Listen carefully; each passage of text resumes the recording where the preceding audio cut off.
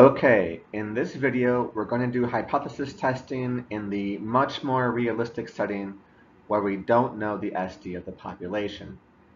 This means that we're going to be dealing with the t-distribution. Some things to remember. The data is quantitative, so they're numbers, and you can do calculations like the sample mean and sample SD. And the formula for t is very similar to z. The only difference is that we have the sample SD in place of the population SD, and the t-distribution has n-1 degrees of freedom. Here's the first question.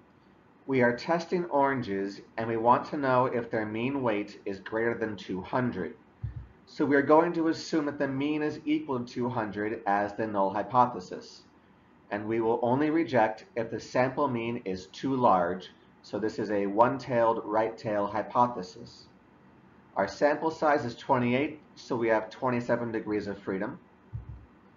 The distribution looks like this, assuming that the mean is equal to 200.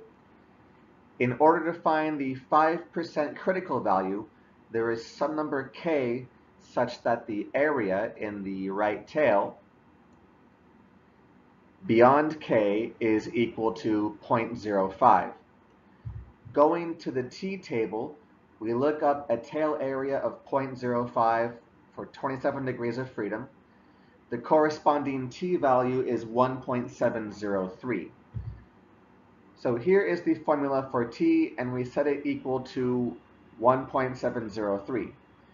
Plug in all of the information from the question, including the null hypothesis, that the mean is equal to 200.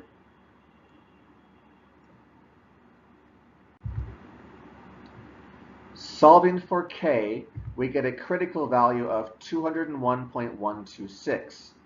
So if the sample mean were larger than this threshold, then we would reject the null hypothesis and conclude that the mean weight of oranges is greater than 200 grams.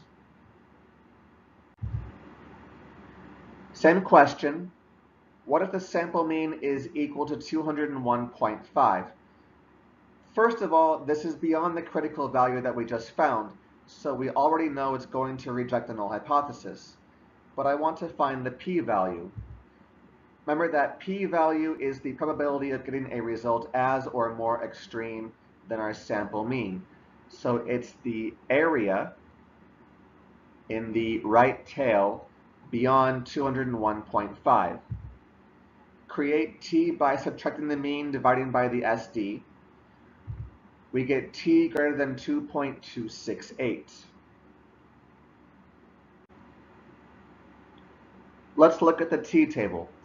With 27 degrees of freedom, we don't have 2.268 anywhere in this row, but that number is nestled in between these two numbers. So here's what we know. The area to the right of this number is 0.02, and the area to the right of this number is 0.01. Since our t-value is between these two numbers, it follows that the area in the right tail is between 0.02 and 0.01. For the t-distribution, we can't get exact p-values like the z-distribution, but we can put the p-value within a range of values as I've done here. Notice that this range is completely less than the 5% level, so we know to reject the null hypothesis anyway. Okay, new question. We are looking at test scores, and we want to know if the mean is less than 70. So we are going to assume that the mean is equal to 70 as the null hypothesis. And we will only reject if the sample mean is too small, in this case less than 65.28. So this is a one-tailed left-tail hypothesis. The distribution looks like this, assuming that the mean is equal to 70. The sample size is 18, so we have 17 degrees of freedom. This time we are given the critical value, and we have to work backwards to find the level. The level of a test is the area in the rejection region beyond the critical value. So we need to find this probability. Create t by subtracting the mean from the null hypothesis and dividing by the SD. So t is less than negative 2.567. Looking in the t table under 17 degrees of freedom, we find this number exactly.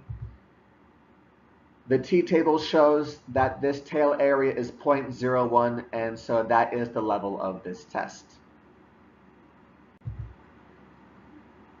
Okay, I was too lazy to think of a real-life setting for this question, but we know that since this time we are given a two-tailed hypothesis where the null hypothesis is that the mean is equal to 50. Since the sample size is 25, we have 24 degrees of freedom. So the distribution looks like this, and we are given that the p-value of the test was 0.1. Since it's a two-tailed hypothesis, we could have gotten this result from the sample mean either being below or above the mean.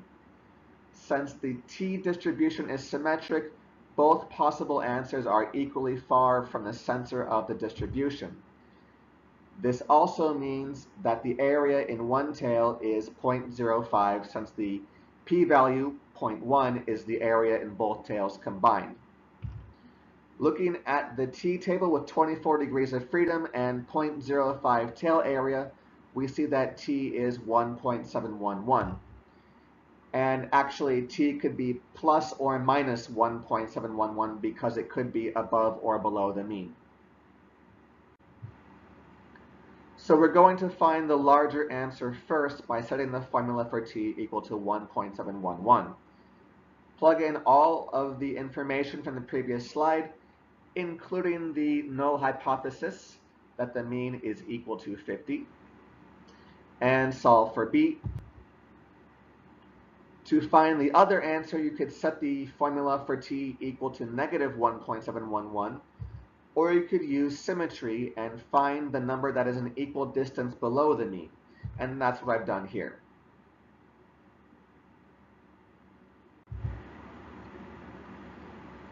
Okay, this question is about the mean fat content of donuts, and I've given you a 99% confidence interval for the mean. How does this relate to hypothesis testing?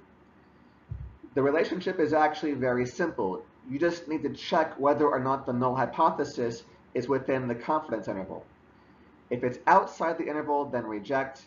If it's inside the interval, then do not reject. In this example, our null hypothesis 7.0 is within the interval, so we are not going to reject the null hypothesis. But before we get carried away, there are two important conditions that must be met.